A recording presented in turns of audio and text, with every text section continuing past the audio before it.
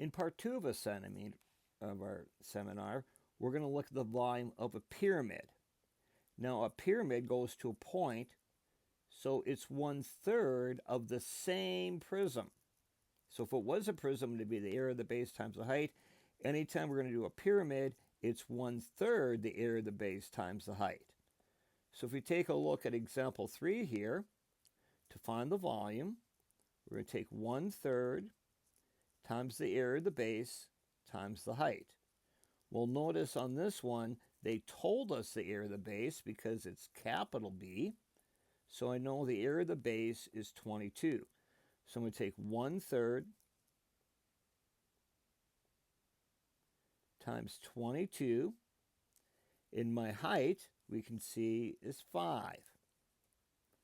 And 22 times 5 is 110, so you get 110 over 3.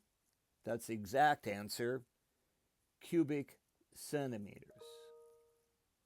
If you want, you could change that to a decimal, but I don't think you need to. I'm going to just leave it as 110 over 3 because it's not a word problem. Just let's do the exact answer. Now in example 4, here's one. It's an application problem, a little bit more complicated. So Drew bought a bank shaped like a square pyramid, and he wants to calculate its volume. So notice it's a pyramid, so my volume is going to be 1/3 times the area of the base times the height. I'm first going to do this algebraically. So my bottom, my base, is a square. So I'm going to take 8x, and I'm going to square that. So I'll get 64x squared. Now to find the height, it's not given. 5x is my slant height, isn't it? So what I'm going to do is I'm going to draw in my height here so I can see it.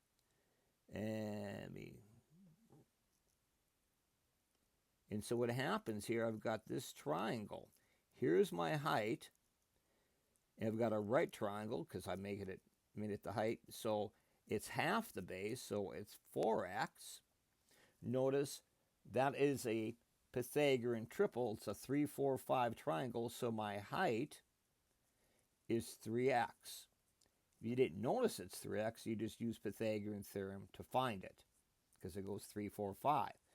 So algebraically, to find the area of the base, to find the volume, I should say, I'm going to take 1/3 times my area of my base, which is 64x squared.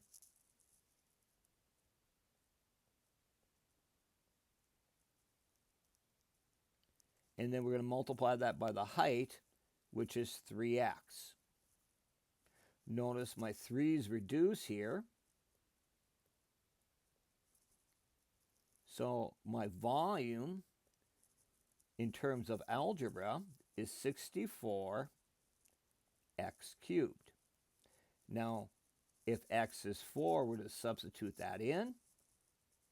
So my volume is going to be 64 times 4 cubed. Well, 4 cubed is 64. So that's 64 squared, isn't it? Or 64 times 64. So if I square my 64 numerically, I'm going to get, let me square that because I can't do that in my head.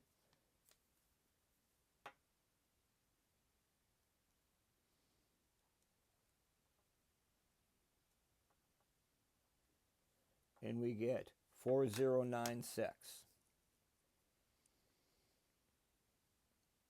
We're measuring, I didn't tell any units, so we're just going to leave it like that. So algebraically, my answer is 64x cubed. And substituting x in, we get 4,096 cubic units. But I didn't tell any units, so we're just going to leave it as a number.